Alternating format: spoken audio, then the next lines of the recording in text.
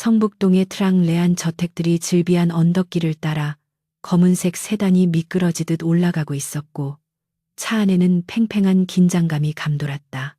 한희선은 차창 밖으로 스쳐 지나가는 풍경을 바라보며 무릎 위에 놓인 손을 가만히 움켜쥐었다가 펴기를 반복했다. 7년이라는 긴 세월 동안 스스로 선택한 유배 생활을 끝내고 다시 이 거대한 성으로 돌아오는 길이기에 마음이 편치 않았다. 그녀는 오늘이 단순한 가족 모임이 아니라 한씨 가문의 후계자 자리를 놓고 벌어질 피비린내 나는 전쟁의 서막임을 직감하고 있었다. 육중한 철제 대문이 천천히 열리자 정원사들이 깍듯하게 허리를 숙여 인사하는 모습이 보였지만 이서의 표정은 차갑게 굳어 있었다. 잘 다듬어진 소나무들과 곳곳에 배치된 조각상들은 여전히 위압적이었고 이곳은 숨막히는 규율과 통제만이 존재하는 공간이었다. 그녀는 차문을 열고 내리며 폐부 깊숙이 스며드는 차가운 공기를 마셨고 이제부터는 감정을 철저히 숨겨야만 살아남을 수 있다는 사실을 상기했다. 7년 전 힘없이 쫓겨나듯 떠났던 어린 소녀는 이제 월스트리트를 뒤흔든 냉철한 전략가가 되어 돌아왔다. 현관에 들어서자 집사장이 다가와 정중하게 외투를 받아들었지만 그의 눈빛에는 호기심과 우려가 뒤섞여 있었다. 이선은 샹들리에가 화려하게 빛나는 복도를 지나 거실로 향했고 구두 굽소리가 대리석 바닥을 울리며 규칙적으로 퍼져나갔다. 벽면을 가득 채운 선대 회장들의 초상화가 그녀를 내려다보는 듯했고 그 시선들은 마치 자격을 증명해 보라는 무언의 압박처럼 느껴졌다. 그녀는 턱을 치켜들고 당당하게 걸음을 옮겼으며 그 어떤 비난이나 조소에도 흔들리지 않겠다는 결의를 다졌다. 거실 문이 열리자마자 5쌍의 날카로운 시선이 동시에 이서에게 꽂혔고 공기는 순식간에 무겁게 가라앉았다. 가죽 소파에 제각기 다른 자세로 앉아있는 5명의 남자들은 아버지인 한 회장이 입양하여 키운 양아들이자 그룹의 핵심 인물들이었다.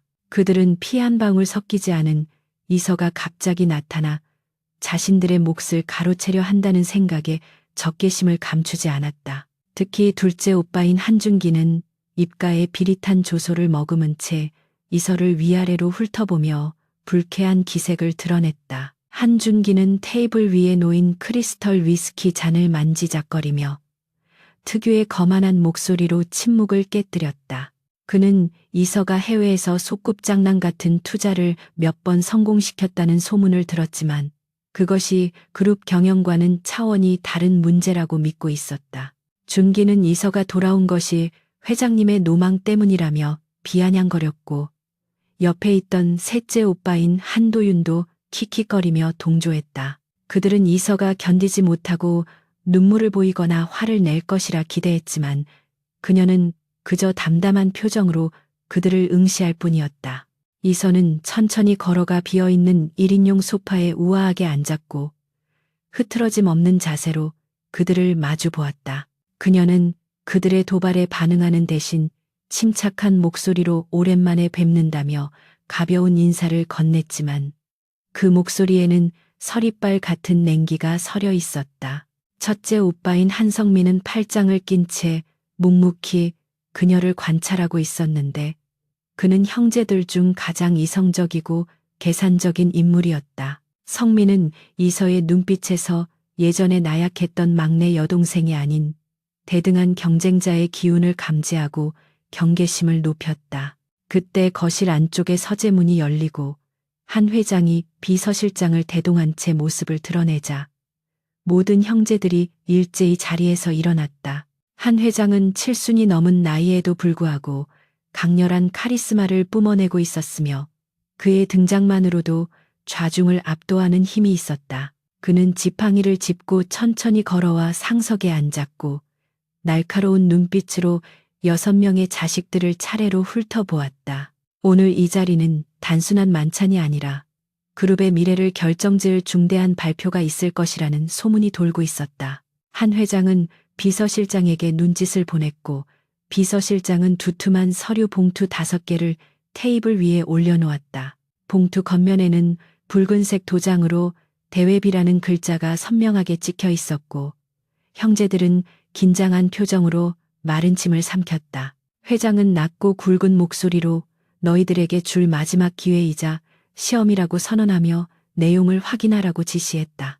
이서 역시 자신의 앞에 놓인 봉투를 집어들었고 봉투를 여는 손길은 미세하게 떨리고 있었지만 눈빛만은 흔들리지 않았다. 서류를 꺼내 읽어내려가던 형제들의 표정이 일순간 경악과 당혹감으로 물들었고 곳곳에서 거친 숨소리가 터져나왔다. 서류의 첫 페이지에는 미래자동차 경영 정상화 계획이라는 제목이 적혀 있었는데 그것은 그룹 내에서 가장 골치 아픈 계열사였다. 미래자동차는 수년째 적자에 시달리며 노조의 파업과 기술력 저하로 인해 파산 직전에 몰려있는 시한폭탄 같은 존재였다. 형제들은 이것이 자신들을 시험하기 위한 과제라는 사실을 깨달았지만 조건이 너무나도 가혹하다는 생각에 분노가 치밀어 올랐다.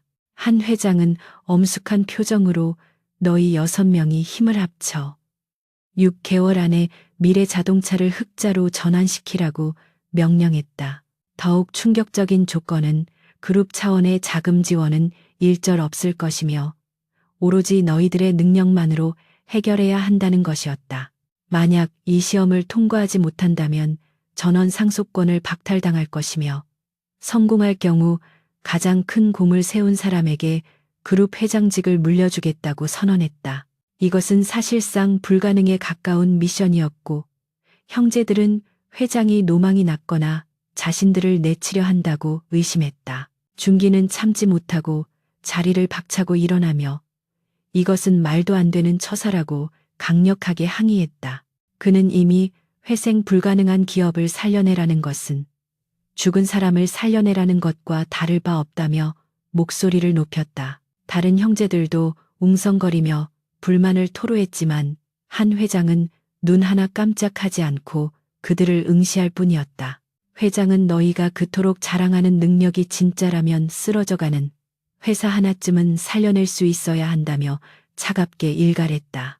성민은 준기를 진정시키며 회장의 의중을 파악하려 애썼고 이서에게 시선을 돌려 그녀의 반응을 살폈다. 그는 이서가 당황하거나 불평하지 않고 서류에 집중하는 모습에서 묘한 위기감을 느꼈다. 이서는 형제들이 서로 책임을 떠넘기며 싸우는 동안 이미 머릿속으로 구조조정 계획과 자금 조달 방안을 구상하고 있었다. 그녀에게 이 시험은 부모님의 인정이나 유산을 받기 위한 수단이 아니라 자신의 한계를 시험하고 증명할 수 있는 완벽한 무대였다. 한 회장은 소란이 잦아들기를 기다렸다가 다시 한번 묵직한 목소리로 기한은 오늘부터 정확히 6개월이라고 못 박았다. 그는 실패에 대한 변명은 듣지 않을 것이며 결과로만 증명하라는 말을 남기고 자리에서 일어났다. 비서실장이 회장을 부축해 서재로 사라지자 거실에는 다시금 무거운 침묵과 혼란만이 남겨졌다. 형제들은 망연자실한 표정으로 서로를 바라보았고 누군가는 한숨을 쉬며 머리를 감싸 쥐었다.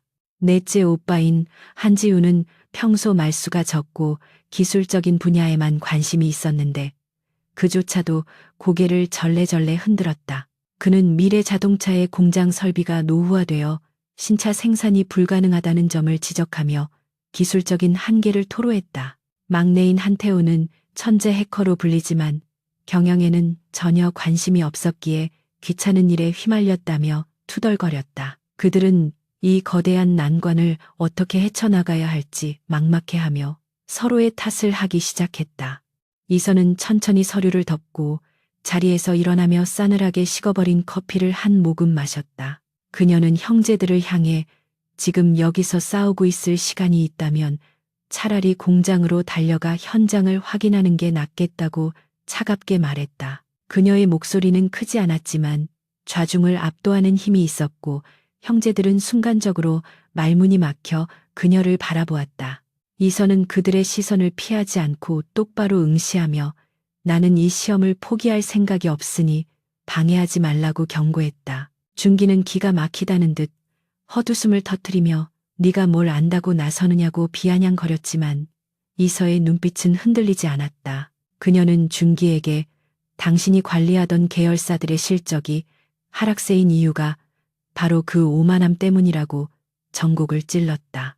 준기의 얼굴이 불그락푸르락해지며 당장이라도 달려들 기세였지만 성민이 그를 제지하며 상황을 진정시켰다. 성민은 이서의 말이 틀리지 않다는 것을 알고 있었기에 일단 그녀의 의견을 들어보자고 제안했다. 이서는 핸드폰을 꺼내 비서에게 전화를 걸어 내일 아침 일찍 미래자동차 본사에서 긴급 임원 회의를 소집하라고 지시했다. 그녀의 태도는 이미 회사의 오너처럼 당당했고 업무를 지시하는 모습에서 프로페셔널한 면모가 드러났다. 형제들은 그녀의 주도적인 모습에 당황하면서도 한편으로는 묘한 기대감을 가지게 되었다. 그들은 지금까지 이서를 그저 보호받아야 할 존재로만 여겼지만 지금 눈앞에 있는 여자는 전혀 다른 사람이었다. 성민은 이서에게 구체적인 계획이 있느냐고 물었고 이서는 짧게 고개를 끄덕이며 이미 분석은 끝났다고 대답했다. 그녀는 회사의 가장 큰 문제는 자금이 아니라 썩어빠진 조직 문화와 리더십의 부재라고 지적했다. 이서는 형제들에게 각자의 장점을 살려 역할을 분담해야만 승산이 있다고 덧붙였다. 그녀의 말은 논리적이고 설득력이 있었기에 형제들은 반박할 말을 찾지 못하고 침묵을 지켰다. 이서는 자리에서 일어나며 내일 아침 8시까지 본사 대회의실로 오지 않으면 기권한 것으로 간주하겠다고 통보했다. 그녀는 뒤도 돌아보지 않고 거실을 빠져나갔고 그녀의 뒷모습에서는 강한 자신감이 뿜어져 나왔다. 현관을 나서는 이서의 입가에는 옅은 미소가 번졌는데 그것은 사냥을 앞둔 맹수의 미소와도 같았다. 그녀는 하늘을 올려다보며 부모님이 내준 이 가혹한 시험이 오히려 자신에게 날개를 달아줄 것이라고 확신했다. 차에 다시 올라탄 이서는 긴장이 풀리면서 몰려오는 피로감을 느꼈지만 눈빛만은 더욱 형형하게 빛났다. 그녀는 태블릿 PC를 켜고 미래자동차의 히든카드인 신형 엔진 프로젝트 파일을 열어 다시 한번 꼼꼼하게 검토했다. 이 기술만 제대로 상용화된다면 시장의 판도를 완전히 뒤집을 수 있다는 확신이 들었다. 문제는 이 정보를 노리는 하이에나들이 이미 회사 내부에 깊숙이 침투해 있다는 사실이었다. 그녀는 운전기사에게 본사가 아닌 성수동에 있는 자신의 개인 오피스텔로 가자고 지시했고 밤새워 전략을 수정할 생각이었다. 차가 저택을 빠져나와 도심으로 향하는 동안 그녀의 머릿속에서는 이미 수십 가지의 시나리오가 시뮬레이션 되고 있었다. 내일부터 시작될 전쟁은 단순히 회사를 살리는 것이 아니라 5 오빠들을 자신의 발밑에 무릎 꿇리는 과정이 될 것이었다. 그녀는 자신이 세계 최고의 부자가 되어 정점에 서는 그날을 상상하며 주먹을 불끈 쥐었다. 도심의 화려한 네온사인이 차창을 스치고 지나갔지만 이서의 마음은 차가운 이성과 뜨거운 야망으로 가득 차 있었다. 그녀는 스마트폰을 들어 해외에 있는 자신의 비밀 파트너들에게 짧은 메시지를 전송하며 지원 사격을 요청했다. 이것은 한시 가문 내부의 싸움인 동시에 글로벌 자본시장을 무대로 한 거대한 도박의 시작이었다. 이서는 그 도박의 승자가 오직 자신뿐임을 추호도 의심하지 않았다. 오피스텔에 도착한 이서는 샤워를 마치고 와인 한 잔을 들고 통유리창 앞에 서서 서울의 야경을 내려다보았다. 발 아래 펼쳐진 수많은 불빛들이 마치 그녀에게 경배를 보내는 듯한 착각을 불러일으켰다. 그녀는 건배하듯 잔을 들어 올리며 중얼거렸고 그 목소리에는 서늘한 살기마저 느껴졌다. 이제 쇼타임이야, 오빠들. 미래자동차 본사 사옥의 로비는 이른 아침부터 팽팽한 긴장감에 휩싸여 있었고 직원들은 삼삼오오 모여 수군거리고 있었다. 오늘부터 회장님의 자녀들이 경영에 직접 참여한다는 소식이 전해졌기 때문이었지만 그들의 표정에는 기대보다는 우려가 더 컸다. 회사가 부도 직전인 상황에서 낙하산으로 내려온 재벌 2세들이 상황을 더욱 악화시킬 것이라는 불신이 팽배해 있었던 것이다. 검은색 리무진 행렬이 로비 앞에 멈춰서자 직원들은 숨을 죽이고 그들을 지켜보았다. 차 문이 열리고 5 형제들이 차례로 내리자 로비는 순식간에 런웨이를 방불케 하는 화려함으로 채워졌다. 가장 먼저 내린 한성민은 말끔한 슈트 차림으로 주변을 둘러보며 냉철한 눈빛을 빛냈지만 그의 미간은 살짝 찌푸려져 있었다. 뒤따라 내린 한준기는 선글라스를 끼고 거만하게 걸으며 직원들을 마치 투명인간 취급했고 비서에게 사무실 인테리어가 마음에 들지 않는다며 투덜거렸다. 그들은 회사를 살리러 온 구원투수가 아니라 마치 점령군처럼 행동하고 있었다. 마지막으로 차에서 내린 한희선은 형제들과 달리 장식이 없는 심플한 정장 차림이었고 손에는 태블릿 PC 하나만을 들고 있었다. 그녀는 화려한 등장이 아니라 실무적인 태도로 곧장 엘리베이터로 향했고 직원들에게 가볍게 목례를 건네는 것도 잊지 않았다. 그녀의 눈은 로비의 화려한 장식 뒤에 숨겨진 낡은 시설들과 직원들의 어두운 표정을 놓치지 않고 포착했다. 이선은 엘리베이터 버튼을 누르며 이것이 겉만 번지르르 하고 속은 썩어 들어가는 미래 자동차의 현주소임을 뼈저리게 느꼈다. 대회의실에 도착한 형제들은 자리를 잡는 것부터 신경전을 벌이기 시작했고 서로 상석에 앉으려고 눈치 싸움을 했다. 준기는 자신이 부회장 직함을 달아야 한다며 목소리를 높였고 셋째 도윤은 홍보 담당 이사 자리를 요구하며 떼를 썼다. 그들은 회사의 위기 상황은 안중에도 없고 오로지 자신의 직함과 권위에만 관심을 쏟고 있었다. 이 광경을 지켜보던 기존 임원들은 한심하다는 듯 고개를 돌리거나 입을 가리고 비웃음을 흘렸다. 이선은 말없이 회의실 문을 닫고 문 앞에 서서 차가운 목소리로 모두 자리에 앉으라고 명령했다. 그녀의 목소리는 낮았지만 좌중을 압도하는 힘이 있어 소란스럽던 회의실은 순식간에 찬물을 끼얹은 듯 조용해졌다. 준기가 뭐라고 반박하려 했지만 이선은 그를 무시하고 스크린을 켜며 준비해온 프레젠테이션 자료를 띄웠다. 화면에는 붉은색 그래프가 곤두박질 치는 적자 현황과 함께 의문의 자금 흐름이 표시되어 있었다. 이선은 지휘봉으로 화면의 특정 부분을 가리키며 지난 3년간 마케팅 비용과 연구 개발비 명목으로 빠져나간 자금이 비정상적이라고 지적했다. 그녀는 구체적인 수치와 날짜를 들이대며 이 돈이 실제로는 유령 회사로 흘러들어갔음을 폭로했다. 임원들의 얼굴이 사색이 되었고 특히 준기의 측근으로 알려진 최 전무는 식은땀을 흘리며 안절부절 못했다. 형제들은 그제야 사태의 심각성을 깨닫고 꿀먹은 벙어리가 되어 화면을 응시했다. 준기는 당황하며 이것은 오해라며 최 전무를 감싸고 돌았지만 이서의 눈빛은 흔들리지 않았다. 그녀는 이미 자금 추적을 끝냈고 그 돈의 일부가 준기의 개인 비자금 계좌로 흘러들어간 정황까지 파악하고 있었다. 이선은 최 전무에게 횡령 혐의를 인정하고 자진 사퇴할 것인지 아니면 검찰 조사를 받을 것인지 선택하라고 차갑게 통보했다. 회의실 안은 숨소리조차 들리지 않을 정도로 정막이 흘렀고 최 전무는 바들바들 떨며 고개를 숙였다. 분노한 준기가 책상을 치며 일어나 네가 감히 내 사람을 건드리냐고 고함을 질렀다. 그는 이서가 자신을 모함하기 위해 조작된 자료를 가져왔다고 주장하며 형제들의 동요를 유도하려 했다. 하지만 성민이 자료를 꼼꼼히 검토한 뒤 준기를 향해 차갑게 고개를 저으며 입을 다물라고 경고했다. 성민은 이 자료가 조작일 수 없을 만큼 정교하다는 것을 알았고 이서의 능력을 재평가하게 되었다.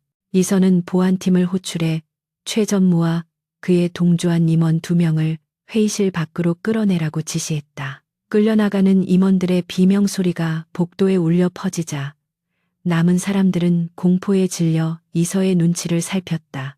이것은 단순한 인사 이동이 아니라 이서가 형제들과 임원들에게 보내는 강력한 경고 메시지였다. 그녀는 능력 없고 부패한 자는 가족이라도 용서하지 않겠다는 원칙을 확실하게 각인시켰다. 그때 창밖에서 웅성거리는 소리와 함께 확성기 소리가 들려오기 시작했고 비서가 당황한 표정으로 뛰어들어왔다. 노조원들이 본사 정문 앞에 집결해 기습 파업을 시작했다는 보고였고 그들은 밀린 임금 지불과 경영진 퇴진을 요구하고 있었다.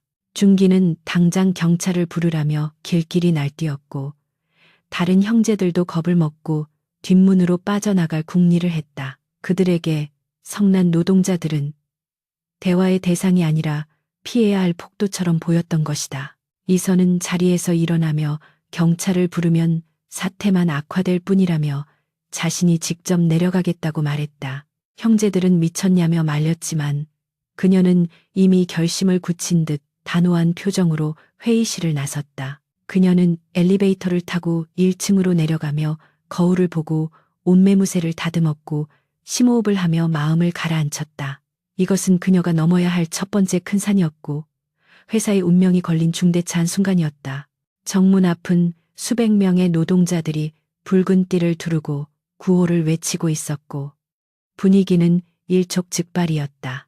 이서가 정문 앞에 모습을 드러내자 노동자들은 야유를 퍼부으며 계란과 물병을 던지려 했다. 보안 요원들이 그녀를 에워싸고 보호하려 했지만 이서는 손을 들어 그들을 물러나게 하고 맨몸으로 군중 앞에 섰다. 그녀의 당당한 태도에 소란스럽던 군중들은 잠시 주춤하며 그녀의 입을 주목했다. 이서는 확성기를 잡고 떨림 없는 목소리로 자신이 새로운 경영 책임자 한이서라고 소개했다.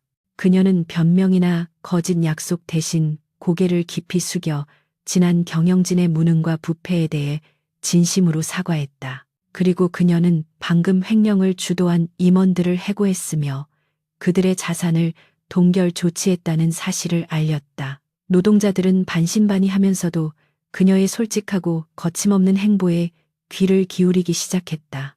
이어서 이선은 자신의 개인 자산을 처분해 마련한 자금으로 밀린 임금을 오늘 중으로 전액 지급하겠다고 선언했다. 그녀는 단순히 말뿐이 아니라 스마트폰을 꺼내 은행 송금 내역을 대형 전광판에 띄워 증명해 보였다. 전광판의 숫자가 뜨자 노동자들 사이에서 탄성이 터져 나왔고 적대적이었던 분위기가 순식간에 누그러졌다.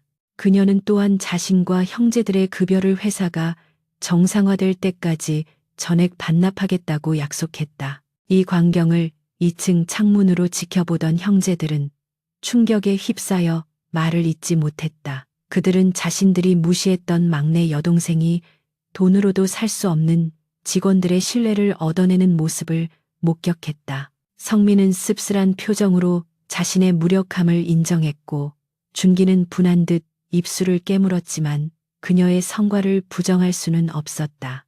이선은 단순히 문제를 해결한 것이 아니라 리더로서의 자질을 완벽하게 증명해 보인 것이다. 이서가 연설을 마치고 내려오자 노조위원장이 다가와 악수를 청했고 두 사람은 짧지만 의미 있는 눈빛을 교환했다. 그녀는 노조를 적으로 규정하지 않고 회사를 함께 살려야 할 파트너로 인정함으로써 그들의 마음을 얻었다. 파업은 철회되었고 직원들은 다시 일터로 돌아갔지만 그들의 발걸음은 아침보다 훨씬 가볍고 희망에 차 있었다. 이선은 그제야 긴장이 풀려 다리가 후들거렸지만 겉으로는 내색하지 않고 의연하게 본사로 들어왔다.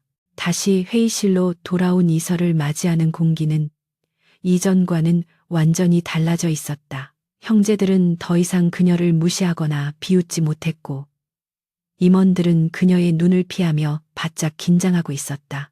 이서는 자리에 앉아 이제부터 진짜 업무를 시작하겠다며 각자에게 구체적인 임무를 배당했다. 성민에게는 채권단과의 협상을 맡겼고 지훈에게는 공장 설비 점검을 지시했으며 태우에게는 사내 전산망 보안 강화를 주문했다. 준기는 자신에게 아무런 임무도 주어지지 않자 불안한 눈빛으로 이서를 바라보았다. 이서는 준기에게 당신은 당분간 근신하며 사고친 계열사들의 뒷수습이나 하라고 차갑게 말했다. 준기는 굴욕감을 느꼈지만 감히 반항할 수 없었고 고개를 떨구며 자신의 무능함을 뼈저리게 실감했다. 이것은 이서가 형제들에게 보여준 철저한 신상필벌의 원칙이었고 서열 정리는 그렇게 자연스럽게 이루어졌다. 그날 밤 이선은 텅 빈 사무실에 홀로 남아 창밖의 야경을 바라보며 깊은 생각에 잠겼다. 오늘 하루 동안 겪은 일들은 시작에 불과했고 앞으로 닥쳐올 시련들은 더욱 거대할 것임을 알고 있었다. 특히 경쟁사인 금성그룹의 움직임이 심상치 않다는 보고가 들어오고 있었다. 그들은 미래자동차의 혼란을 틈타 핵심 인력 빼가기와 부품 공급 중단이라는 비열한 수를 준비하고 있었다. 이선은 책상 위에 놓인 가족 사진을 바라보며 씁쓸한 미소를 지었다. 사진 속의 어린 시절 형제들은 환하게 웃고 있었지만 지금은 서로를 물어뜯어야 하는 경쟁자가 되어버렸다. 하지만 그녀는 반드시 이 회사를 살려내고 형제들을 자신의 깃발 아래 통합시키겠다고 다짐했다. 그것만이 부모님의 시험을 통과하고 진정한 가족의 의미를 되찾는 유일한 길이었다. 사무실에 불이 꺼지고 이선은 피곤한 몸을 이끌고 밖으로 나갔지만 그녀의 발걸음은 당당했다. 어둠 속에서도 빛나는 그녀의 눈동자는 다가올 폭풍우를 두려워하지 않는 항해사의 눈빛과 닮아 있었다. 미래 자동차라는 거대한 배의 키는 이제 그녀의 손에 쥐어졌고 항해는 막 시작되었다. 서울의 스카이라인을 굽어보는 금성그룹 본사 최상층 회장실에서는 최고급 크리스털 잔이 바닥에 산산조각이 나며 날카로운 파열음을 냈다. 금성그룹의 후계자이자 한의서의 오랜 라이벌인 박진혁 전무는 분노로 일그러진 얼굴로 비서에게 고함을 지르고 있었다. 그는 망해가던 미래자동차가 한의서의 등장 이후 빠르게 안정세를 찾아가고 있다는 보고를 받고 자존심에 깊은 상처를 입었다. 진혁은 어릴 적부터 재계 서열 1위를 다투던 한씨 가문에 대한 열등감과 적개심을 키워온 인물로 이번 기회에 그들을 완전히 짓밟으려 했다. 그는 떨고 있는 비서에게 당장 미래 자동차에 들어가는 핵심 부품 공급을 전면 중단시키라고 명령하며 잔인한 미소를 지었다. 특히 신형 전기차 모델의 심장부인 구동 모터용 히토류 공급망을 차단하여 생산 라인을 멈추게 하려는 계획이었다. 진혁은 자본력을 앞세워 공급 업체들을 협박하고 매수했으며 언론에는 미래 자동차의 자금난 루머를 흘리기 시작했다. 그는 한의서가 아무리 발버둥 쳐도 거대 자본의 힘 앞에서는 무릎 꿇을 수밖에 없을 것이라 확신하며 위스키를 들이켰다. 같은 시각 미래 자동차 본사 상황실은 쉴 새 없이 울려대는 전화 벨소리와 직원들의 다급한 고함 소리로 아수라장이 되어 있었다. 생산본부장은 사색이 되어 이서에게 달려와 주요 부품 공급이 예고도 없이 끊겼다며 공장 가동이 중단될 위기라고 보고했다. 동시에 재무팀장은 시중은행들이 갑자기 대출 연장을 거부하고 채무 상환을 독촉하기 시작했다며 자금 압박을 호소했다. 이선은 모니터 화면을 가득 채운 붉은색 경고등을 바라보며 이것이 우연이 아닌 치밀하게 계산된 외부의 공격임을 직감했다. 긴급 소집된 회의실 분위기는 지난번 파업 때보다 훨씬 더 무겁고 침통하게 가라앉아 있었고 형제들의 표정에는 절망감이 역력했다. 중기는 머리를 감싸쥐며 금성그룹 박진혁이 작정하고 덤비는데 우리가 무슨 수로 당해내냐며 패배주의적인 발언을 쏟아냈다. 태우는 해킹으로 공급망 데이터를 복구해보려 했지만 물리적인 자재 공급 중단은 사이버 기술로 해결할 수 있는 문제가 아니었다. 모두가 이서의 입만 바라보며 기적 같은 해결책을 바라고 있었지만 이번 상황은 그녀 혼자의 힘으로는 역부족이었다. 이서는 깊은 한숨을 내쉬는 대신 차가운 물 한 잔을 마시며 마음을 다잡고 형제들을 하나하나 천천히 응시했다. 그녀는 지금 이 위기를 극복하기 위해서는 자신의 지시를 따르는 수동적인 태도가 아니라 각자의 잠재력을 폭발시켜야 한다고 판단했다. 이선은 자리에서 일어나 화이트보드에 현재 상황을 도식화하며 이것은 단순한 위기가 아니라 우리가 원팀이 될 수 있는 기회라고 역설했다. 그녀는 자존심 강한 오빠들을 움직이기 위해 그들의 가장 아픈 곳이자 동시에 가장 강력한 무기인 승부욕을 자극하기 시작했다. 그녀는 먼저 첫째 성민을 지목하며 오빠가 가진 정재계 인맥과 협상력이 지금 이 순간 그 무엇보다 절실하다고 호소했다. 성민은 평소 젠틀하고 사교적인 성격으로 재계 마당발로 통했지만 그룹 내에서는 실속 없는 거칠애라고 무시당해 왔었다. 이선은 성민에게 국내 공급망이 막혔으니 일본이나 동남아 쪽에 대체 공급처를 뚫어달라며 전권을 위임하겠다고 제안했다. 성민은 자신을 믿어주는 이서의 눈빛에서 처음으로 동생이 아닌 파트너로서의 존중을 느꼈고 굳게 담은 입술을 열며 해보겠다고 대답했다. 다음으로 이서는 구석에 앉아 도면만 만지작거리고 있는 넷째 지훈에게 다가가 그의 어깨에 손을 올렸다. 지훈은 기술에만 미쳐 사는 괴짜 취급을 받았지만 이선은 그가 누구보다 자동차의 구조를 완벽하게 이해하고 있는 천재임을 알고 있었다. 그녀는 현재의 부품이 없다면 다른 소재나 부품으로 대체할 수 있도록 설계를 긴급 수정해 줄 수 있냐고 물었다. 지훈은 고개를 들어 이서의 눈을 바라보았고 자신의 기술적 지식이 회사를 살릴 유일한 열쇠라는 사실에 전율을 느끼며 고개를 끄덕였다. 이선은 마지막으로 준기와 도윤에게도 역할을 부여했는데 그것은 그들이 가장 잘할 수 있는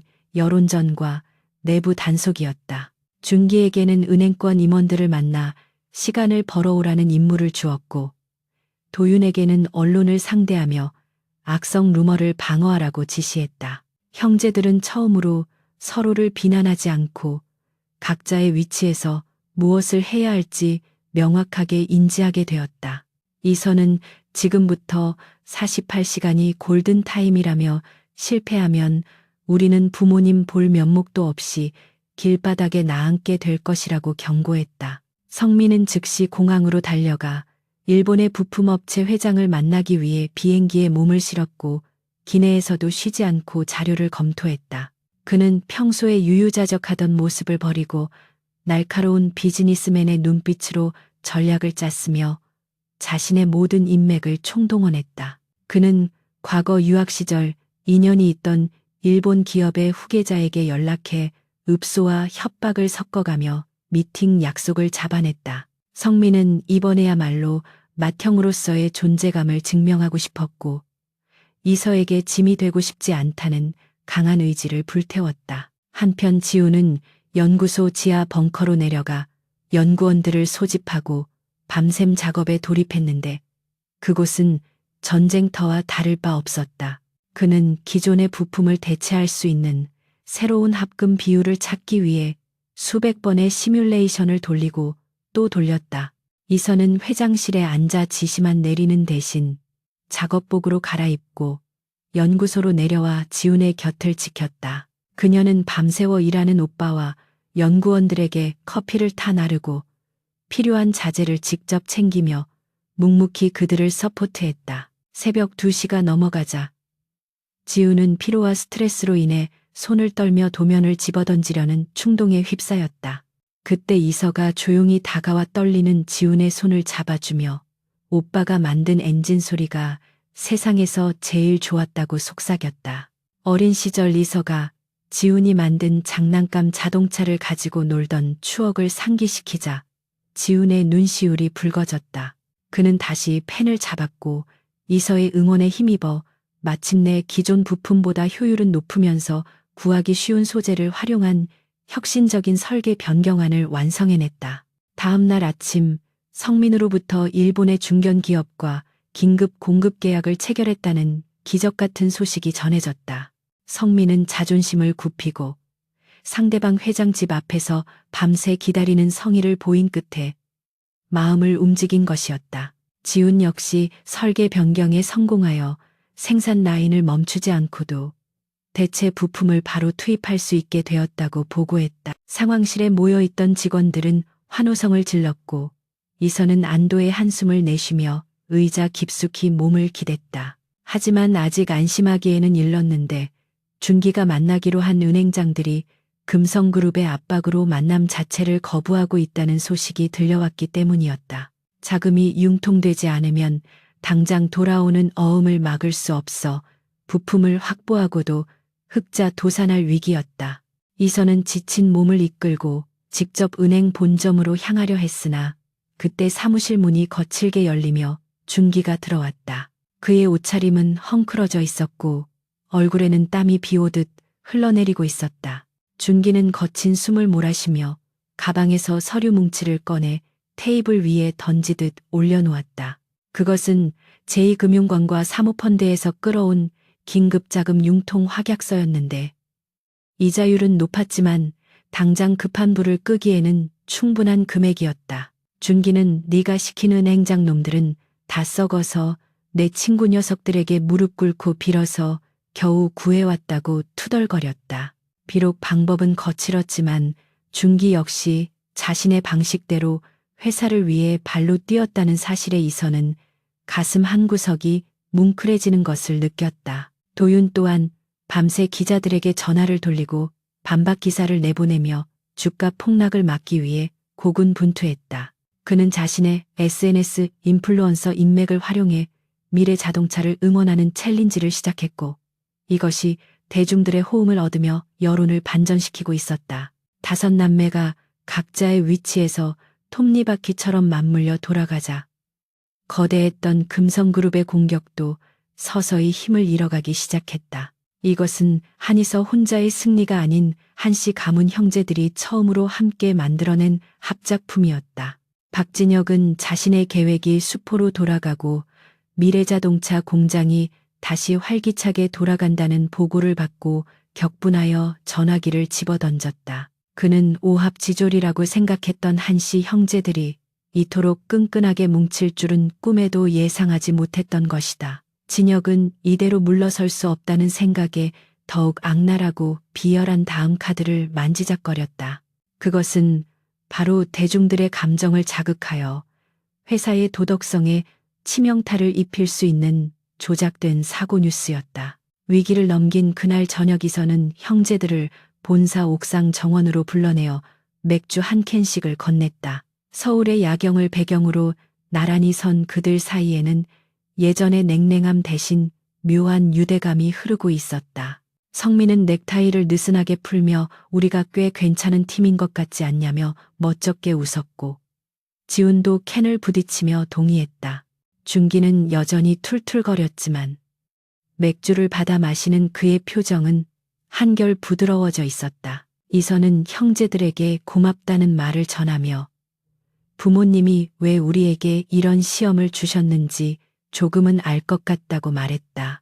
그녀는 우리가 서로를 믿고 등을 맡길 수 있다면 세상에 두려울 것은 아무것도 없다는 것을 깨달았다. 하지만 그녀의 눈은 멀리 보이는 금성그룹 사옥의 불빛을 응시하며 경계심을 늦추지 않았다. 저들은 결코 쉽게 포기하지 않을 것이며 다음 공격은 훨씬 더 교묘하고 파괴적일 것임을 알고 있었기 때문이었다. 형제들은 밤바람을 맞으며 잠시나마 승리의 기쁨을 만끽했지만 폭풍 전야의 고요함이라는 것을 본능적으로 느끼고 있었다.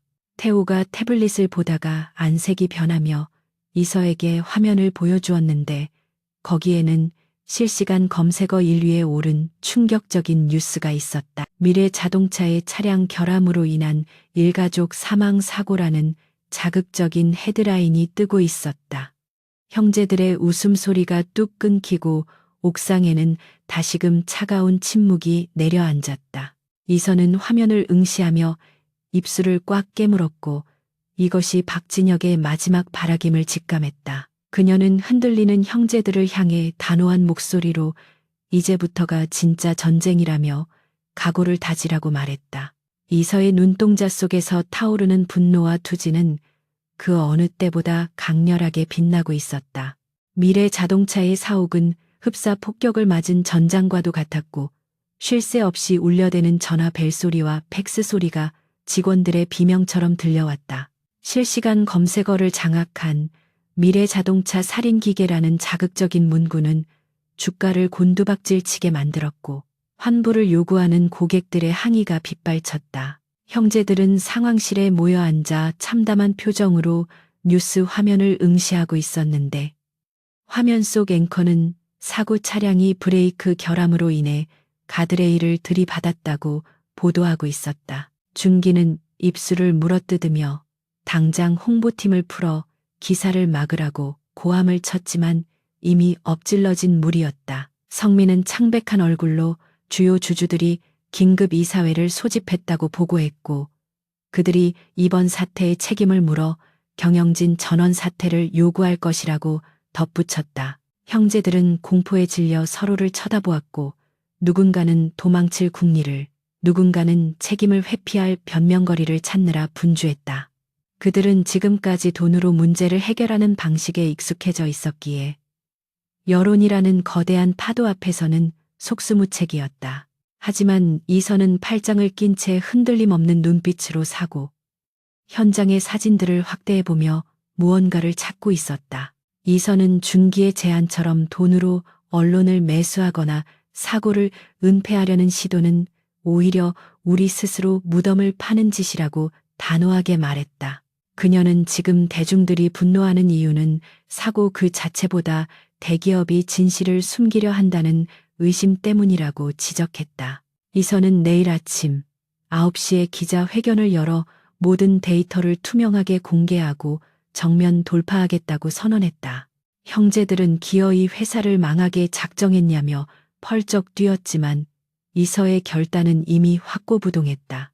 그녀는 구석에서 불안에 떨고 있는 막내 태호에게 다가가 태블릿 PC를 건네며 내 실력을 보여줄 때가 왔다고 조용히 속삭였다. 태호는 천재적인 해킹 실력을 가지고 있었지만 형들 사이에서 늘 무시당해 왔기에 자신감 없는 표정으로 이서를 올려다보았다.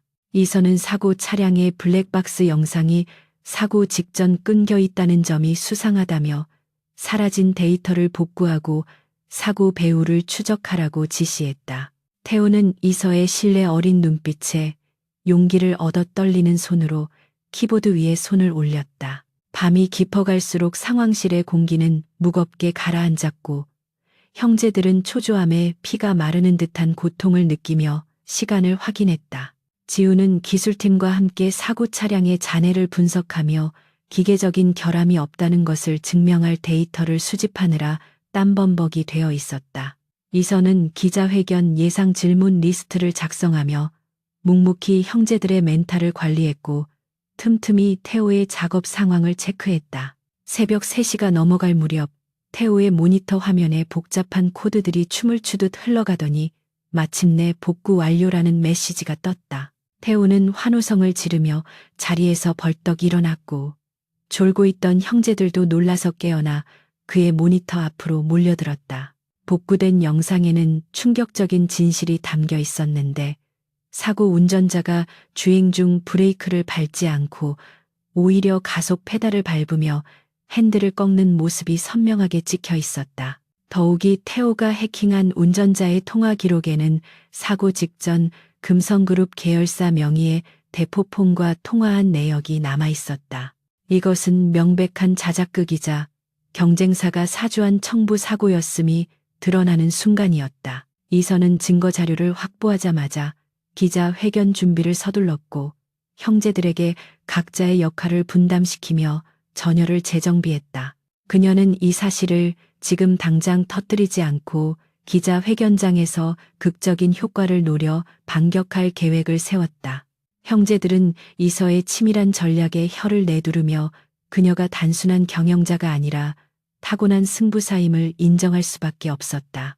동이 터오자 그들은 비장한 표정으로 온매무새를 다듬고 전장으로 나가는 장수들처럼 회견장으로 향했다. 기자회견장은 수많은 취재진과 카메라들로 발 디딜 틈 없이 꽉 차 있었고 적대적인 질문을 던질 준비를 마친 기자들의 눈빛은 살벌했다. 단상에 오른 이서와 형제들에게 쏟아지는 플래시 세례는 눈을 뜨기 힘들 정도로 강렬했고 곳곳에서 야유와 비난 섞인 고성이 터져 나왔다. 준기는 다리가 후들거리는 것을 억지로 참으며 자리에 섰고 성민은 마른 침을 삼키며 긴장을 풀려 애썼다.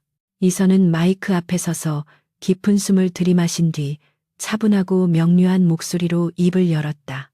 그녀는 먼저 이번 사고로 심려를 끼쳐드린 점에 대해 고개 숙여 사과했지만 회사의 잘못을 인정하는 것은 아니라고 선을 그었다. 기자들은 사과만으로는 부족하다며 경영진의 사퇴와 피해 보상을 요구하며 공격적인 질문을 퍼부었다. 이선은 동요하지 않고 준비된 스크린을 가리키며 우리가 자체 조사한 결과를 보여드리겠다며 태호에게 신호를 보냈다. 장내의 조명이 어두워지고 대형 스크린에 복구된 블랙박스 영상이 재생되자 시끄럽던 회견장은 순식간에 찬물을 끼얹은 듯 조용해졌다. 영상 속 운전자가 의도적으로 사고를 내는 장면이 반복 재생되자 기자들 사이에서 탄식과 경악의 웅성거림이 퍼져나갔다. 이어서 태호가 확보한 금융거래 내역과 통화 기록이 화면에 뜨자 분위기는 급반전되어 충격으로 휩싸였다. 이선은 떨림 없는 목소리로 이 사고는 단순한 결함이 아니라 누군가에 의해 기획된 범죄이며 그 배후에는 경쟁사의 비열한 공작이 있다고 폭로했다. 그녀는 특정 기업의 이름을 거론하지 않았지만 모두가 그것이 금성그룹임을 알 수 있었다. 기자들은 특종을 잡았다는 흥분에 휩싸여 미친 듯이 기사를 타전하기 시작했고 질문의 화살은 이제 미래자동차가 아닌 배후 세력에게로 향했다. 이선은 여기서 멈추지 않고 우리는 피해자이지만 도의적인 책임을 지고 운전자의 치료비를 지원하겠다는 대인배적인 면모까지 보여주었다. 생중계로 이 모습을 지켜보던 여론은 순식간에 뒤집혀 미래 자동차를 응원하는 댓글이 폭주하기 시작했다. 이서의 당당한 태도와 완벽한 증거 제시는 대중들에게 그녀를 정의로운 리더로 각인시켰다. 회견이 끝나고 단상을 내려오는 형제들의 등 뒤로 쏟아지는 플래시는 아까와는 달리 찬사와 경의를 담고 있었다. 대기실로 돌아온 형제들은 서로 부둥켜 안고 환호성을 질렀으며 중기조차 눈시울을 붉히며 안도의 한숨을 내쉬었다. 태우는 형들에게 처음으로 네가 우리를 살렸다며 머리를 쓰다듬어주는 칭찬을 듣고 쑥스러워하면서도 기쁨을 감추지 못했다. 이선은 구석 의자에 주저앉아 그제야 긴장이 풀린 듯 떨리는 손으로 물병을 집어들었다. 성민은 이서에게 다가와 수건을 건네며 네 덕분에 우리 모두가 살았다며 진심 어린 감사를 표했다. 그는 자신이 맏형으로서 부끄러울 정도로 이서가 보여준 리더십과 용기에 깊은 감명을 받았음을 고백했다. 다른 형제들도 이서의 주변으로 모여들어 말없이 그녀를 바라보았는데 그 눈빛에는 이제 막내 동생이 아닌 가문의 진정한 리더를 향한 존경심이 담겨 있었다. 그들은 이 시련을 통해 피보다 진한 전우애를 느끼게 되었고 더 이상 서로를 견제하는 경쟁자가 아니었다. 한편 금성그룹의 박진혁은 사무실에서 TV를 지켜보다가 들고 있던 리모컨을 화면에 던져 박살을 냈다. 그는 자신이 파놓은 함정에 자신이 걸려들었다는 사실에 분노하며 치를 떨었고 비서실장은 공포에 질려 바닥에 엎드려 있었다.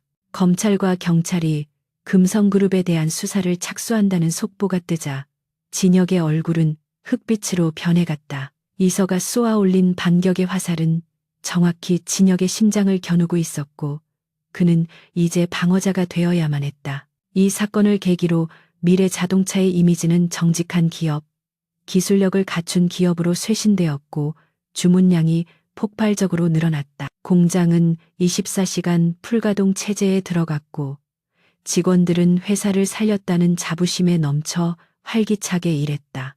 이선은 이에 만족하지 않고 여세를 몰아 금성그룹을 확실하게 무너뜨릴 다음 단계의 작전을 구상하기 시작했다.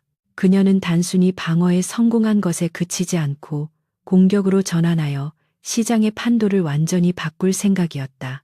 며칠 후 이선은 형제들을 다시 소집하여 이제는 우리가 금성그룹의 숨통을 끊어놓을 차례라고 선언했다. 그녀는 금성그룹의 주가가 폭락하고 있는 틈을 타 그들의 지분을 공격적으로 매입하겠다는 대담한 인수합병 계획을 발표했다. 형제들은 이제 이서의 말이라면 팥으로 메주를 긋다 해도 믿을 기세였기에 두말 없이 그녀의 계획에 찬성했다. 이서는 월스트리트 시절부터 알고 지내던 거대 헤지펀드들과 비밀리에 접촉하여 천문학적인 자금을 끌어모으고 있었다. 이선은 밤늦게까지 사무실에 남아 인수합병을 위한 치밀한 시나리오를 검토하며 체스말 하나하나를 신중하게 옮겼다. 창밖에는 비가 내리고 있었지만 그녀의 눈은 폭풍우 속에서도 길을 잃지 않는 등대처럼 빛나고 있었다. 그녀는 책상 위에 놓인 부모님의 사진을 어루만지며 속삭였다. 이제 거의 다 왔어요. 조금만 더 지켜봐 주세요. 다음 날 아침 증권가에는 미래자동차가 금성그룹에 대한 적대적 인수합병을 시도할 것이라는 소문이 돌기 시작했다. 주식시장은 요동쳤고 개미 투자자들은 승리자인 미래자동차 쪽에 베팅하기 위해 몰려들었다. 이선은 트레이딩 룸에 앉아 모니터를 가득 채운 주가 그래프를 지휘하며 냉철한 승부사의 본능을 유감없이 발휘했다. 그녀의 손짓 하나에 수천억 원의 자금이 움직였고 금성그룹은 속수무책으로 무너져 내리고 있었다. 박진혁은 이서에게 전화를 걸어 협상을 시도하려 했지만 이서는 수신 거부 버튼을 누르며 차갑게 미소 지었다. 그녀는 자비란 강자가 약자에게 베푸는 것이지 범죄자에게 베푸는 것이 아님을 분명히 했다. 이서는 오빠들에게 각자의 인맥을 동원해 금성그룹의 자금줄을 차단하라고 지시했고 형제들은 신이 나서 움직였다. 이것은 단순한 비즈니스가 아니라 가문의 명예를 건 성전이자 오만한 자들에 대한 철저한 응징이었다. 한 달 후 미래자동차는 업계 1위 자리를 탈환했고 금성그룹은 역사 속으로 사라질 위기에 처했다. 이선은 텅 빈 회의실에 홀로 앉아 승리의 기쁨보다 더 큰 무거운 책임감을 느끼며 창밖을 응시했다. 그녀는 이 싸움이 끝이 아니라 새로운 제국을 건설하기 위한 시작에 불과하다는 것을 알고 있었다. 이제 그녀의 목표는 국내 최고가 아니라 세계 최고의 부자가 되어 세상을 바꾸는 것이었다. 여의도 증권가의 심장부가 내려다 보이는 미래자동차 본사의 별관 25층. 대회의실은 거대한 전쟁 지휘소로 탈바꿈해 있었다. 벽면을 가득 채운 수십 개의 모니터에서는 전 세계 주요 증시의 현황과 금성그룹 계열사들의 주가 흐름이 실시간으로 송출되고 있었다. 한이선은 중앙 테이블 상석에 앉아 날카로운 눈빛으로 화면을 응시하고 있었고 그녀의 주변에는 5명의 오빠들이 각자의 역할에 맞춰 긴박하게 움직이고 있었다. 오늘은 단순히 회사를 방어하는 차원을 넘어 금성그룹이라는 거대한 제국을 무너뜨리기 위한 총공세의 날, 작전명 골든 선셋의 디데이였다. 이선은 월스트리트 시절부터 구축해온 자신의 비밀 사모펀드 네트워크인 블랙스완을 가동할 준비를 마친 상태였다. 그녀는 지난밤 미국과 런던의 거물급 투자자들에게 컨퍼런스 콜을 통해 금성그룹의 분식 회계 의혹과 경영부실 리스크를 브리핑했다. 이서의 치밀한 분석과 명성은 까다로운 국제 투자자들을 설득하기에 충분했고 그들은 막대한 자금을 이서의 작전에 베팅하기로 결정했다. 이제 필요한 것은 금성그룹의 자금줄을 완전히 차단하고 그들이 스스로 무덤을 파게 만드는 정교한 타이밍뿐이었다. 오전 8시 50분 주식시장 개장을 10분 앞두고 이선은 형제들에게 마지막 작전 지시를 내렸다. 그녀는 성민에게 국민연금과 주요 기관 투자자들을 만나 금성그룹에 대한 지지 철회를 이끌어낼 것을 주문했다. 성민은 이미 며칠 전부터 물밑 작업을 진행해 왔기에 자신만만한 표정으로 고개를 끄덕이며 휴대폰을 집어들었다. 그의 역할은 시장에 금성그룹의 몰락이 기정사실이라는 시그널을 주어 투자 심리를 얼어붙게 만드는 것이었다. 둘째, 준기에게는 사채 시장과 제2금융권의 자금 흐름을 막는 다소 거칠지만 가장 확실한 임무가 주어졌다. 준기는 평소 어울리던 명동의 큰손들과 유흥가, 마당발 인맥을 총동원해 금성그룹 박진혁이 급전을 구하러 다닐 때 문전박대를 당하게 만들었다. 그는 껄렁한 태도를 버리고 진지한 얼굴로 전화를 돌리며 놈이 땡전 한 푼도 빌리지 못하게 하겠다고 으름장을 놓았다. 준기는 이번 작전에서 자신이 맡은 역할이 적의 숨통을 조이는 가장 중요한 일임을 알고 희열을 느끼고 있었다. 셋째, 도윤은 증권가 찌라시와 경제지 기자들을 상대로 금성그룹의 차세대 프로젝트가 사기극에 가깝다는 정보를 은밀하게 흘렸다. 그는 사실과 교묘하게 섞인 루머를 퍼뜨려 개인 투자자들의 투매를 유도하는 여론 심리전을 주도했다. 막내 태우는 금성그룹 전산망에 잠입하여 그들의 알고리즘 매매 패턴을 실시간으로 분석하고 이서에게 보고했다. 태우의 정보력 덕분에 이서는 적의 방어선이 어디에 구축되어 있는지 손바닥 들여다보듯 훤히 꿰뚫어 볼 수 있었다. 구시 정각, 개장 종소리와 함께 모니터 속의 숫자들이 미친 듯이 춤을 추기 시작했고 전쟁의 서막이 올랐다. 이서의 신호에 따라 외국계 창구를 통한 대규모 매도 물량이 금성전자와 금성자동차에 쏟아져 나왔다. 예상치 못한 매도 폭탄의 금성그룹의 주가는 순식간에 5% 넘게 급락하며 파란색 숫자로 뒤덮였다. 시장은 공포에 휩싸였고 영문을 모르는 개미 투자자들까지 덩달아 매도에 동참하면서 하락폭은 눈덩이처럼 불어났다. 금성그룹 회장실에서 이 상황을 지켜보던 박진혁은 얼굴이 하얗게 질려 비서실장에게 당장 방어 자금을 투입하라고 고함을 질렀다. 그는 이것이 한이서의 공격임을 직감했지만 자신의 자금력으로 충분히 막아낼 수 있을 것이라고 오판하고 있었다. 진혁은 계열사들이 보유한 현금성 자산을 모두 끌어모아 자사주 매입에 쏟아부으며 주가를 방어하려 안간힘을 썼다. 하지만 이것은 이서가 파놓은 거대한 배스로 스스로 걸어 들어가는 자살 행위나 다름없었다. 이서는 진혁이 방어 자금을 쏟아붓는 것을 보며 입가에 차가운 미소를 띄었고 형제들에게 2단계 작전 개시를 명령했다. 그녀는 진혁이 현금을 소진하기를 기다렸다가 주가가 일시적으로 반등하는 시점에 맞춰 공매도 물량을 더욱 늘렸다. 밑빠진 독에 물을 붓는 형국이 되자 금성그룹의 유동성은 급격히 메말라갔고 진혁은 초조함에 손톱을 물어뜯었다. 그는 결국 최후의 수단으로 사채 시장에 손을 벌리려 했지만 이미 준기가 손을 써둔 탓에 그 어디에서도 돈을 빌릴 수 없었다. 시간이 흐를수록 금성그룹의 상황은 악화일로를 걸었고 주요 채권은행들이 대출 회수 압박을 가하기 시작했다. 성민이 설득한 기관 투자자들은 금성그룹의 채무 불이행 가능성을 언급하며 만기 연장을 거부했다. 진혁은 사면 초가에 몰려 이성을 잃고 불법적인 방법을 통해서라도 자금을 마련하려 했지만 태우가 그 모든 시도를 차단해 버렸다.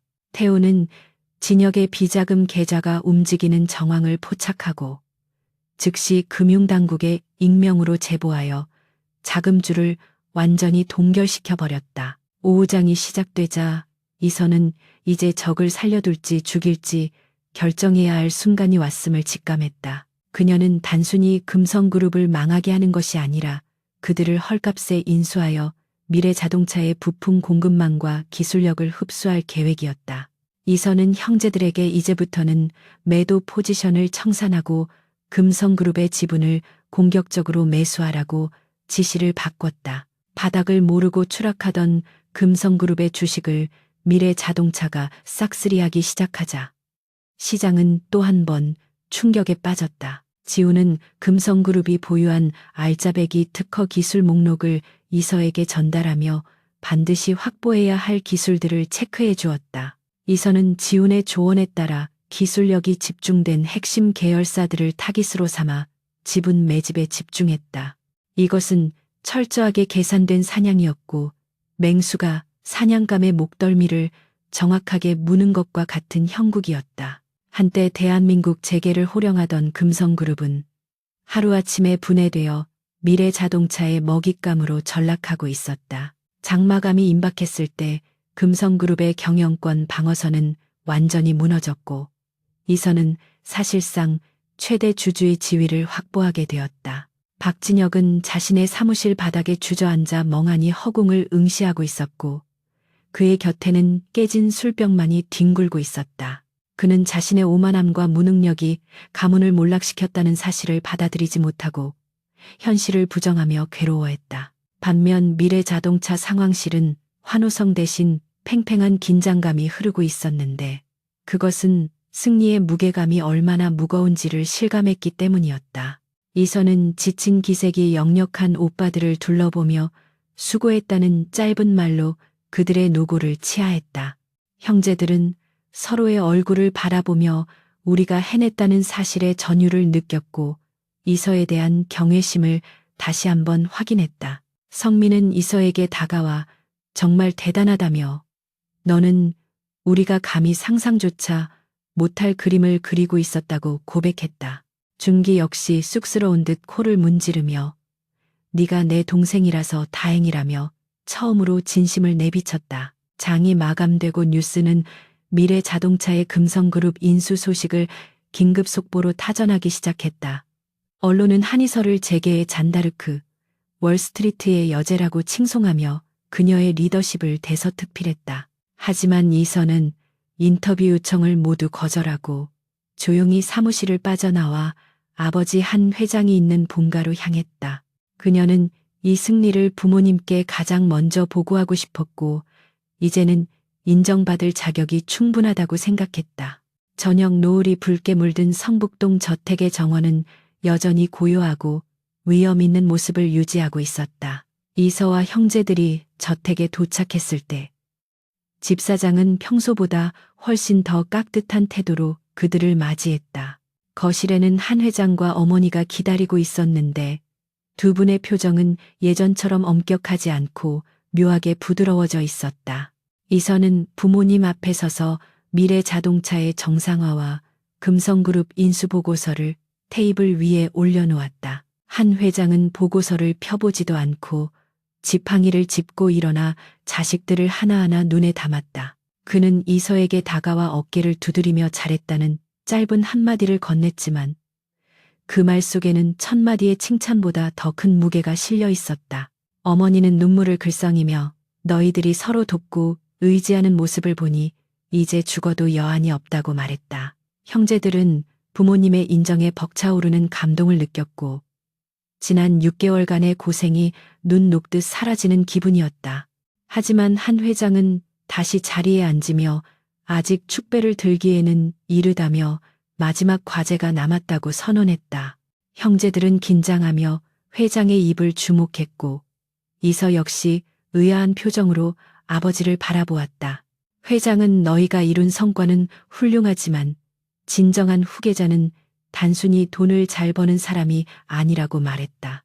그는 내일 아침 모든 형제들이 다시 한번 회의실에 모여 누가 그룹을 이끌어갈지 스스로 결정하라고 지시했다. 이선은 아버지의 말에 숨겨진 뜻을 파악하려 애썼지만 회장의 표정은 속내를 알 수 없는 깊은 심연과도 같았다. 이것은 능력에 대한 시험이 아니라 그들의 그릇과 인격을 시험하는 최종 관문임이 분명했다. 이선은 형제들을 돌아보았고 그들의 눈빛에서도 복잡한 감정이 스쳐 지나가는 것을 읽을 수 있었다. 과연 누가 왕관을 쓸 자격이 있는가? 그리고 누가 기꺼이 그 무게를 견딜 것인가에 대한 질문이 허공을 맴돌았다. 그날 밤 이선은 잠을 이루지 못하고 정원을 거닐며 지난 시간들을 되돌아보았다. 그녀는 처음에는 오로지 자신의 능력을 증명하고 살아남기 위해 이 전쟁에 뛰어들었었다. 하지만 오빠들과 함께 위기를 극복하고 서로의 등을 맞대며 싸우는 동안 그녀의 마음속에는 가족에 대한 사랑과 책임감이 자리 잡게 되었다. 그녀는 이제 단순히 부자가 되는 것이 목표가 아니라 이 소중한 사람들을 지키고 이끌어가는 것이 자신의 소명임을 깨달았다. 정원 한구석 벤치에 앉아있던 성민이 이서를 발견하고 손을 흔들며 다가왔다. 그는 손에 따뜻한 코코아 2잔을 들고 있었는데 어릴 적 이서가 잠들지 못할 때마다 챙겨주던 것이었다. 성민은 이서의 옆에 앉아 밤하늘을 올려다보며 내일 우리가 어떤 결정을 내리든 나는 너를 지지할 것이라고 조용히 말했다. 이서는 묵묵히 고개를 끄덕이며 코코아의 온기를 통해 전해지는 오빠의 진심을 느꼈다. 다른 형제들도 하나둘씩 정원으로 나와 그들 곁에 자리를 잡았고 어느새 벤치는 6남매로 꽉 찼다. 그들은 내일 있을 결정에 대해 아무런 말도 하지 않았지만 서로의 어깨에 머리를 기대거나 손을 잡으며 체온을 나누었다. 밤바람은 차가웠지만 그들 사이의 온도는 그 어느 때보다 따뜻했고 달빛은 그들의 앞날을 축복하듯 은은하게 비추고 있었다. 이선은 이 순간이 영원히 기억될 것임을 직감하며 눈을 감고 미소를 지었다. 내일 날이 밝으면 그들은 다시 회의실이라는 냉혹한 전장으로 들어가야 할 것이다. 하지만 이제 그들은 혼자가 아니었으며 서로를 밟고 올라서려는 경쟁자도 아니었다. 이선은 마음속으로 이미 결론을 내렸고 그것이 자신과 형제들 모두를 위한 최선의 선택임을 확신했다. 그녀는 다가올 아침을 두려움이 아닌 설렘으로 기다릴 수 있게 되었다. 다음 날 아침, 1시 본가의 대회의실은 무거운 침묵에 잠겨 있었고 공기 중에는 먼지 하나 움직이지 않을 만큼 팽팽한 긴장감이 감돌았다. 창밖에서는 새들이 지저귀는 평화로운 소리가 들려왔지만 실내에 앉아있는 6남매의 표정은 사형 선고를 기다리는 죄수처럼 비장했다. 상석에는 한 회장과 어머니가 나란히 앉아 자식들을 내려다보고 있었고 그들의 눈빛은 그 어느 때보다 깊고 진중했다. 한 회장은 찻잔을 천천히 내려놓으며 어젯밤 내가 낸 숙제의 답을 가져왔느냐고 낮게 물었다. 가장 먼저 자리에서 일어난 사람은 맏형인 한성민이었는데 그는 평소의 유연한 태도와 달리 결연한 표정으로 옷매무새를 가다듬었다. 그는 잠시 형제들을 둘러본 뒤 한 회장을 향해 깊이 고개를 숙이며 자신은 회장 자격이 없다고 단호하게 말했다. 성민은 자신이 사람을 관리하고 관계를 조율하는 데는 능숙할지 몰라도 위기 상황에서 판을 뒤집는 야성과 결단력은 부족하다는 것을 인정했다.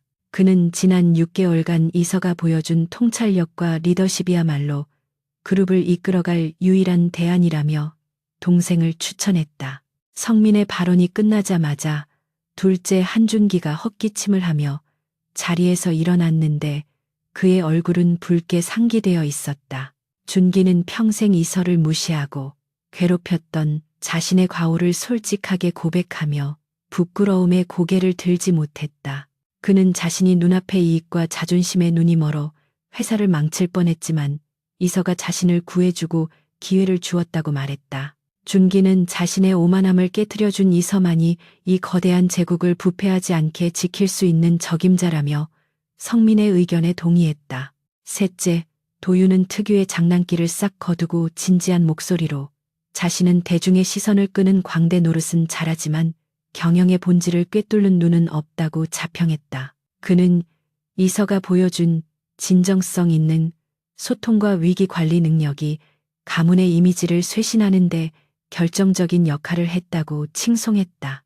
도유는 자신이 이서의 그림자가 되어 그룹의 대변인 역할을 수행하는 것이 가장 행복할 것이라며 욕심을 내려놓았다. 넷째, 지훈과 막내 태호는 서로 눈빛을 교환하더니 동시에 자리에서 일어나 이서를 향해 엄지손가락을 치켜 세웠다. 지훈은 자신은 기계와 도면 속에 파묻혀 살 때가 가장 살아있음을 느낀다며 복잡한 경영권 싸움보다는 연구소로 돌아가고 싶다고 말했다. 태호 역시 자신은 자유로운 영혼이라 넥타이를 메고 회장실에 앉아 있는 것은 고문이나 다름없다며 질색했다. 그들은 이서가 자신들의 재능을 알아봐주고 적재적소에 배치해 주었기에 마음껏 능력을 펼칠 수 있었다며 그녀를 지지했다. 형제들의 발언이 모두 끝나자 회의실에는 잠시 정적이 흘렀고 모든 시선은 자연스럽게 한이서에게로 모아졌다. 이서는 형제들이 자신을 견제하거나 권력을 나누자고 제안할 것이라 예상했기에 그들의 전폭적인 지지에 당혹감을 감추지 못했다. 그녀는 떨리는 목소리로 오빠들이 없었다면 자신은 결코 혼자서 이 모든 것을 이뤄낼 수 없었을 것이라고 겸손하게 말했다. 그녀의 눈시울이 붉어지자 성민이 다가와 따뜻하게 어깨를 감싸주었다. 그때 한 회장이 지팡이로 바닥을 쿵쿵 두드리며 호탕한 웃음을 터뜨렸는데 그것은 자식들이 태어나서 처음 보는 환한 미소였다. 회장은 자리에서 일어나며 내가 보고 싶었던 것은 바로 이 모습이었다고 감격에 겨운 목소리로 외쳤다. 그는 사실 미래 자동차를 살리는 것은 부차적인 문제였으며 진짜 시험은 너희들이 서로를 잡아먹지 않고 하나로 뭉칠 수 있는가를 보는 것이었다고 고백했다. 부모님은 입양된 자식들이 자신이 죽고 난 뒤 유산 다툼으로 흩어질까봐 평생을 걱정해 왔던 것이다. 어머니는 손수건으로 눈물을 훔치며 너희가 서로를 인정하고 양보하는 모습을 보니 이제야 발 뻗고 잘 수 있겠다고 말했다. 그녀는 피 한 방울 섞이지 않은 너희가 진정한 가족으로 거듭나는 과정이 돈을 버는 것보다 훨씬 값진 성공이라고 덧붙였다. 형제들은 그제야 부모님의 깊은 뜻을 깨닫고 숙연해졌으며 서로를 바라보는 눈빛에 애틋함이 더해졌다. 그들은 경쟁이라는 이름의 가시돋친 갑옷을 벗어던지고 비로소 형제라는 이름의 따뜻한 품에 안기게 되었다. 한 회장은 서랍에서 낡은 서류 봉투 하나를 꺼내 이서에게 건네며 이것이 내 마지막 선물이라고 말했다. 봉투 안에는 그룹 전체의 지분 양도 서류와 함께 회장 취임 승낙서가 들어 있었다. 회장은 이서에게 너는 내 딸이기 이전에 가장 뛰어난 경영자라며 이 제국을 더 높고 넓은 곳으로 이끌어달라고 부탁했다. 이서는 떨리는 손으로 서류를 받아들며 그 무게가 주는 책임감에 잠시 휘청거렸지만 곧 중심을 잡고 당당하게 섰다. 이서는 부모님과 형제들 앞에서 무릎을 꿇고 앉아 눈물을 흘리며 이 자리를 기꺼이 그리고 감사히 받겠다고 맹세했다. 그녀는 단순히 권력을 누리는 회장이 아니라 형제들을 지키는 울타리가 되고 그룹의 미래를 여는 열쇠가 되겠다고 다짐했다. 형제들은 일제히 박수를 보내며 그녀의 새로운 출발을 축복했고 중기는 휘파람까지 불며 분위기를 띄웠다. 그것은 강요에 의한 복종이 아니라 진심에서 우러나오는 존경과 사랑의 표현이었다. 취임식이 결정되자 그룹 비서실은 분주하게 움직이기 시작했고 전 세계 언론에 한이서의 회장 취임 소식이 타전되었다. 주식시장은 이 소식을 호재로 받아들여 한 그룹의 전 계열사 주가가 상한가를 기록하며 폭등했다. 재계의 거물들과 정치인들이 앞다투어 축전을 보내왔고 본사 로비는 축하 화환으로 가득 차 발 디딜 틈이 없었다. 하지만 이서는 화려한 취임식 준비보다 형제들과의 역할을 조율하는데 더 많은 시간을 할애했다. 도유는 그룹의 브랜드 전략 본부장으로, 지우는 최고 기술 책임자, 로테오는 최고 정보 보안 책임자, 시아이스로 각각 임명되었다. 이서는 권력을 독점하지 않고 형제들에게 강력한 권한과 책임을 분배함으로써 그들을 자신의 가장 든든한 가신이자 파트너로 만들었다. 이로써 한 그룹은 한이서라는 태양을 중심으로 5개의 행성이 조화롭게 공전하는 완벽한 우주를 형성하게 되었다. 취임식 전날 밤, 가족들은 저택정원에서 조촐한 바비큐 파티를 열어 그들만의 자축 시간을 가졌다. 양복을 벗어 던지고 편안한 옷차림으로 고기를 굽고 술잔을 기울이는 그들의 모습은 여느 평범한 가정과 다를 바 없었다. 태호가 실수로 고기를 태우자 준기가 구박하고 성민이 말리는 익숙한 풍경이 펼쳐졌지만 그 속에는 웃음이 끊이지 않았다. 이서는 이 평범한 행복을 지키기 위해서라면 악마와도 거래할 수 있을 것 같다는 생각을 했다. 한 회장은 멀리서 자식들이 어울리는 모습을 지켜보며 아내의 손을 꼭 잡았고 아내는 남편의 어깨에 머리를 기대며 미소 지었다. 그들은 자신들이 세상에 남길 수 있는 가장 위대한 유산이 돈이나 회사가 아니라 바로 저 아이들의 우애라는 것을 확신했다. 밤하늘에는 별들이 쏟아질 듯 빛나고 있었고 정원의 공기는 달콤한 와인 향과 행복한 웃음소리로 가득 찼다. 파티가 무르익을 무렵 이서는 잠시 자리를 비우고 서재로 들어가 내일 발표할 취임사를 다시 한번 검토했다. 원고에는 혁신, 도전, 미래 같은 거창한 단어들이 적혀 있었지만 그녀는 펜을 들어 그 위에 가족, 신뢰, 함께라는 단어를 덧붙였다. 그녀는 이제 혼자가 아니기에 두려울 것이 없었고 그 어떤 거친 파도가 몰아쳐도 뚫고 나갈 자신이 있었다. 창밖에서 오빠들이 그녀를 부르는 소리가 들려오자 이선은 원고를 덮고 창가로 다가갔다. 정원 조명 아래 모여있는 5명의 남자들이 그녀를 향해 손짓하며 빨리 나오라고 재촉하고 있었다. 이선은 그들을 보며 환하게 웃었고 그 미소는 지난 수년 동안 그녀가 보여준 그 어떤 미소보다 아름답고 편안해 보였다. 그녀는 방문을 열고 나가며 속삭였다. 그래, 지금 갈게. 내일이면 그녀는 세계적인 대기업의 총수가 되어 냉혹한 비즈니스 세계를 호령하게 될 것이다. 하지만 오늘 밤만큼은 그녀는 그저 사랑받는 막내 여동생이자 자랑스러운 딸일 뿐이었다. 그리고 그것이야말로 그녀가 가진 힘의 원천이자 절대 무너지지 않을 단단한 뿌리였다. 한 그룹의 새로운 시대를 알리는 취임식장은 대한민국 최대 규모의 컨벤션 센터에서 거행되었고 전 세계에서 몰려든 수천 명의 귀빈들로 인산인해를 이루었다. 식장 입구에서부터 뻗어있는 붉은 카펫 양옆으로는 외신 기자들이 장사진을 치고 있었고 드론 카메라들이 상공을 맴돌며 세기의 이벤트를 생중계하고 있었다. 단상 위에는 새로운 도약, 하나된 미래라는 거대한 슬로건이 금빛으로 빛나고 있었지만 사람들의 이목을 집중시킨 것은 그 아래 도열에 있는 5명의 남자들이었다. 그들은 한때 서로를 물어뜯던 늑대들이었으나 이제는 여왕을 호위하는 가장 강력한 기사단이 되어 늠름하게 서 있었다. 웅장한 오케스트라의 연주와 함께 사회자가 신임 회장 한이서의 입장을 알리자 장내는 순식간에 환호와 박수 소리로 뒤덮였다.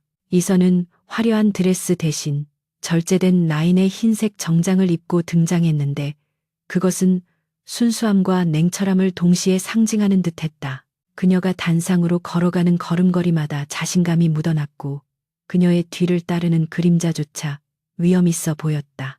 5 오빠들은 그녀가 단상에 오르자 일제히 허리를 숙여 예를 표했고 이 장면은 전 세계로 송출되며 한 그룹의 완벽한 통합을 시각적으로 증명했다. 이선은 마이크 앞에 서서 잠시 침묵을 지키며 좌중을 둘러보았고 그 짧은 침묵만으로도 수천 명의 군중을 압도하는 카리스마를 발휘했다. 그녀는 준비된 원고를 읽는 대신 진심 어린 눈빛으로 청중과 시선을 맞추며 차분하게 입을 열었다.